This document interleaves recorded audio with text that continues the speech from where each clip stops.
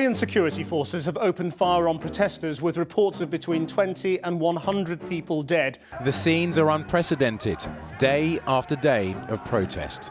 Syrians now demanding what Tunisians and Egyptians have just won, and Libyans are currently fighting for: wholesale political reform. But Syria's President Bashar al-Assad is still a hero to many. And the pressure is mounting. Protests sprang up today just a few miles from the president's hometown.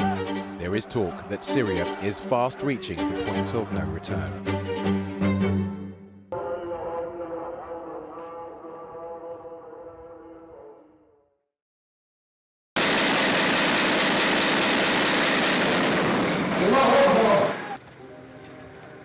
They call Homs the capital of the revolution. The revolt against President Bashar al-Assad has been going on for nearly a year.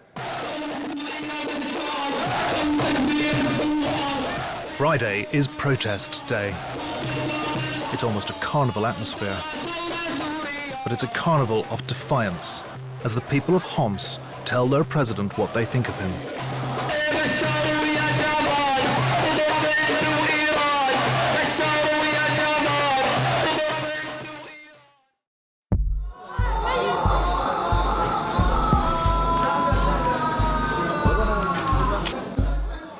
Mohammed Afash, a boy of 12, has been working here for the past 4 months. Here he battles to keep a wounded child, a girl, alive. صفت علي أنا كلها شغل سهل. الدم كنت بشوفه أولي كنت يعني قايس، كنت أخاف، هلا صرت أشوف الدم مثل المي عندي. صار ما عندي صعوبة نهائية. هيك صعوبة ما عندي. شعوري مثل ما تم عندي شعور أنا. شعوري يعني أنا حاسس بس بدي أكمش بشار الأسد، بدي صير هتلر، بدي عذبه، ما بدي أقتله، بدي عذبه، بدي خليه يدوق السوا فينا نحن، بدي دوقه المرارة تبعيت العذاب اللي عذبنا إياه. In Syria, children grow up fast in a dystopian world of violent and sudden death by sniper fire, bombs, rockets, guns. Kidnap, execution. بخاف من الأحلام. أنا هيك عم بطلع بتمشى ببيت، بعدين بيجي بيوقف هيك قناصين بيتحولوا قدامي. بعدين بيقوصوني، واحد بيقوصني هون، واحد بيقوصني هون، واحد بيقوصني هون، واحد بيقوصني هون. So I went out, as all the men in the neighbor, to help. I couldn't get that much closer because I saw them dragging the pieces of the bodies and the kids. After this incident, the schools have to close, and they stopped because they think it's just too dangerous to go for education, and the parents are too scared. Abu Wad runs the city's last garden centre. باركتي هاي حقها مليارات الليرات. أنا ملك العالم، نحن هون الشعب العادي مالكين العالم كله. But Abu Wad's world is in rebel-held Aleppo, and it's been bombed relentlessly by the Syrian regime and now the Russians. هاي ضربها بالبرميل والشظية راحت، الله طالع من هون لتعيش الشجرة ونحن بدنا نعيش غصب عنهم بكل. Freshly cut flowers in the middle of Aleppo's war seems too extraordinary to believe. It didn't last. In the final days of May, 6 weeks after we met, the intense bombing by the Syrian regime and Russia began again. A bomb landed near the garden centre, but Abu Wad was hit and died immediately. The nursery is closed. Nobody comes to buy flowers anymore. She is 9 months pregnant, and she was caught up in one of the bombings when she was on her way to hospital, by foot, close to labour. What the doctors are concerned about most is the shrapnel in her belly. Did it kill her baby?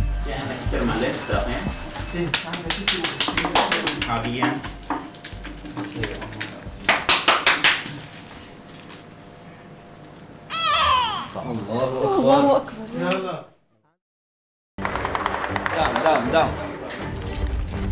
On the front line of the housing project 3000 in West Aleppo, Syrian government soldiers are fighting off rebels who've been trying to break into East Aleppo for over a week. Do you think of the other side as people like you? Aren't they Syrians too, just like you? عم يحمل روسية ويقوص على أهلنا المدنيين واللي عم يقذفهم بالجرار وبالقذائف الهاون وحتى بالكلور أدى لإصابة العديد من الأشخاص المدنيين وقتلهم واختناقهم. Have any of you lost family members in this war? You're nodding? لين شهداء؟ لين شهداء صغار؟ لا قذائف الهواء ضربوهم مسلحين المرتزقة جايين من البلد على البلد يخربوها يقتلوا الأولاد والنساء والأطفال. فيك شيء يا حبيبتي؟ Tender words for a child that can't find its own.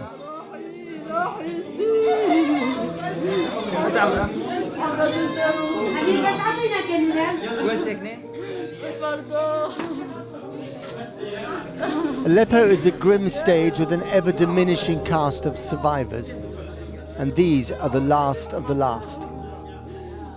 Fatima is the only adult left of 3 families whose apartment block was obliterated by a Russian or Syrian bomb.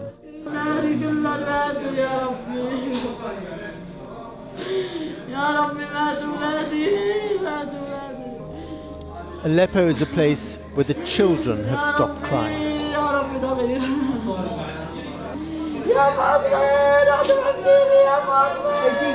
Fatima now sees proof of the news that she had feared most. "Why have you left me?" she calls out to the daughter that she describes as her rock, knowing that this question in this place has no real answer. كانوا يأتون في الذبح هاي سكين أمريكية وهي من النوع الجيد جدا. The last Islamic State fighters left over a week ago, but Yarmouk remains under siege. Government troops only allow the lucky few back in each day. Like Rania. She's a single mum. Her children are 7 and 5. Her husband died of a stroke and she's desperate to find her home. But the soldiers say the old route back is blocked. She'll have to go round by a much longer path.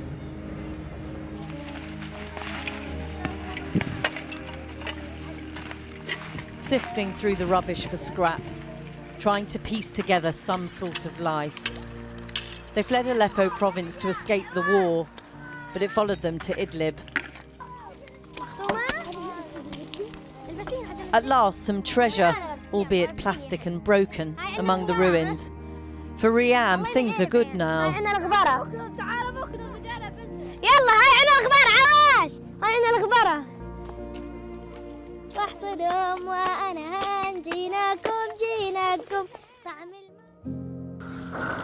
أرو امروا معي تروح معي وبنلعب برا لأي مدة تفضل مرضان قوم. Ibrahim was injured and traumatized by an airstrike just weeks before a fragile ceasefire in March. قوم بدك ماما جيب لك ماما لعندك راحت أمك راحت اتجوزت وأبوك مات تركتك ما بتسأل عليك. His words seem harsh, but Ibrahim can't hear him. He's now deaf, can't speak, and has lost a leg. Kinju is actually talking to himself, reflecting on a life he had no hand in choosing. Dr. Salah Eddin Assalas has invited us into his intensive care unit. Cases of COVID here have surged since July. Instead of war wounds, he's now treating those struggling to breathe. الأعداد الحقيقة كبيرة دائما وأبدا المشفى ممتلئ العناية مشددة مثل ما لاحظتوا ما فيها ولا سرير فاضي. In northern Aleppo, Syrians wade through freezing mud. 6 million have fled the country. Another 6 million are displaced within, many in camps. The world may have forgotten Syria, but the suffering isn't over, nor the quest for justice.